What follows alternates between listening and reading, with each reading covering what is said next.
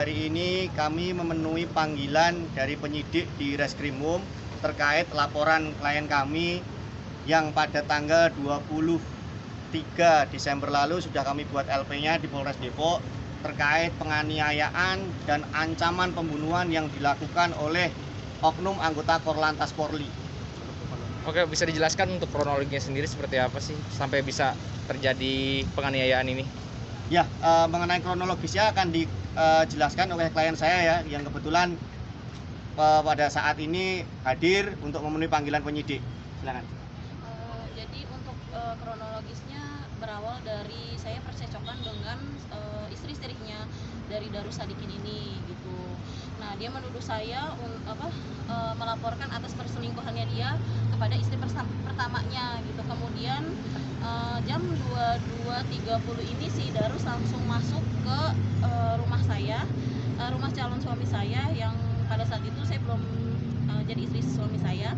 Nah, itu dia langsung tendang pintu dan ketika saya duduk saya langsung ditaikin di paha saya, terus kemudian dia cekik saya, dipukul banyak deh, berpuluh-puluh kali. Nah, kemudian Dipukul di mana ya? Dipukul di sofa, Pak. Ya, posisinya dipukulnya? Posisinya dipukulnya dia naikin ke paha saya, terus saya ditonjok segala macam semuanya. Kemudian dia nyeret saya dari sofa sampai ke depan pintu gitu. Sampai di depan pintu itu saya juga masih dipukulin juga gitu. Nah, terus sampai ada mertua saya juga nyaksiin juga, itu dia tetap masih mukulin saya dan kemudian dia mengancam saya akan dibunuh. Sampai sekarang saya tuh masih ada trauma untuk semua ini gitu. Saya takut dibunuh, jadi kemana-mana tuh saya selalu khawatir gitu dengan diri saya gitu. Terus dia juga kayak ngancem saya gitu, ngancem ke saya dan keluarga saya gitu. Sampai sekarang juga mata saya juga masih agak sakit, terus sampai kepala saya tuh kadang suka pusing gitu akibat dari semua ini gitu. Kak, kejadiannya kapan, Kak? Kejadiannya tanggal 22 Desember jam 10:30 malam. Nah, status hubungan kakak ini sama si DS ini apa, Kak? Saya sih nggak ada hubungan dengan si Darus ini, dia hanya saudaranya suami saya, sepupu. Nah, dugaan perselingkuhan itu diketahuin dari apa, Kak? Jadi istri pertamanya ini ada yang nge-WA katanya atas perselingkuhan Darus sama si Sandul ini gitu. Memang dia memang selingkuh juga, tapi saya bukan mengadu ke mereka gitu, tapi istri pertamanya itu udah tahu sendiri kayak gitu loh. Terus kalau boleh tahu, DS sendiri bekerja di mana, Mbak? Dia dia polisi juga, dia tuh ngawal-ngawal, cuma saya nggak tahu di bagian apa siapa? Ya, di Korlantas Polri. Ya, Tepatnya Korlantas Polri di mana tuh? yang ada di Cawang. Oh, di Cawang. Kebetulan yang bersangkutan ini ada di bagian patroli pengawalan lah. Kebetulan yang dikawal mantan Pati Polri lah, sudah pensiun sih.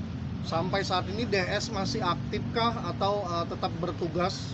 Jadi setahu saya Bribda DS ini masih aktif bertugas di Korlantas, tapi pada hari Jumat lalu kami sudah laporkan juga ke Divisi Propam di Mabes Polri terkait tindakan penganiayaan maupun ancaman pembunuhan yang dilakukan oleh Bribda DS ini.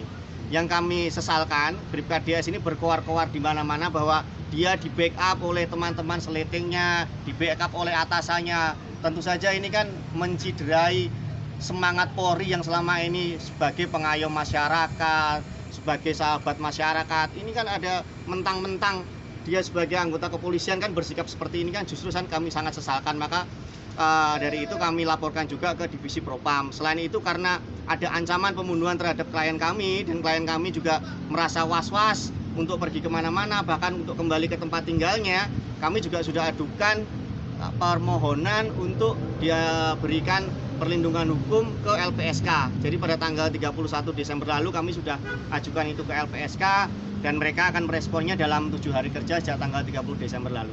Pak, selain di Mabes Polri dan Polres Depok ini ada juga laporan di Polda atau?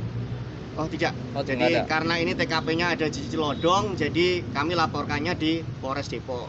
Kalau di Propam kan terkait dengan pekerjaan yang bersangkutan sebagai polisi melakukan pelanggaran seperti itu, kan sudah seharusnya polisi juga menindak tegas. Kalau di Propam kemarin informasinya dalam 20 hari kerja mereka akan memproses itu. Pak, untuk hari ini agendanya tadi kan menerima panggilan, terus dari Polres sendiri seperti apa nih Pak kelanjutannya? Agendanya sebenarnya klarifikasi dan apabila memungkinkan nanti bisa dilanjutkan dengan BAP sih. Ini kan- Informasinya begitu di Reskrimum.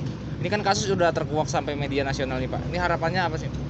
Ya harapan kami Bribda DS ini bisa diberikan sanksi, diberikan hukuman sesuai apa yang dilakukannya. Karena pemukulan yang dilakukan oleh Bribka DS ini bukan lagi di wilayah abu-abu, tapi itu sudah jelas-jelas dilakukan pemukulan yang bersangkutan juga mengakuinya. Itu sih.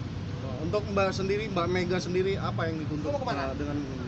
Ya saya sih minta agar hukuman ini yang seberat-beratnya ya, karena saya juga nggak terima saya dipukulin.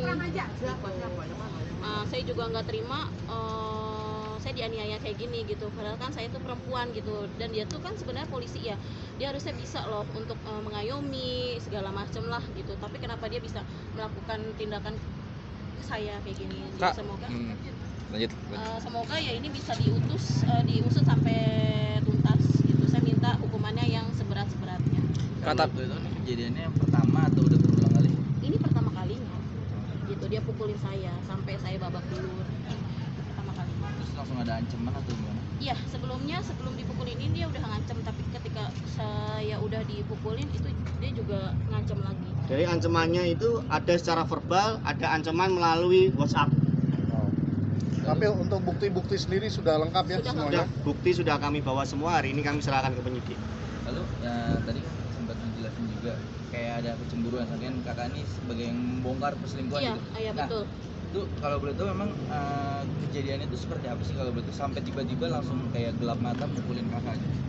Itu kejadiannya tuh ya dia tuh percekcokan, terus dia tuh melaporkan saya ke atasan saya gitu, ke pekerjaan saya. Sebenarnya kan itu bukan di ranahnya si istri-istrinya ini gitu, sampai saya ditegur gitu karena katanya mengganggu rumah tangganya dia gitu. Ya abis itu ya saya katain aja dia segala macamnya gitu. Nah, terus baru darusnya itu langsung pukulin saya.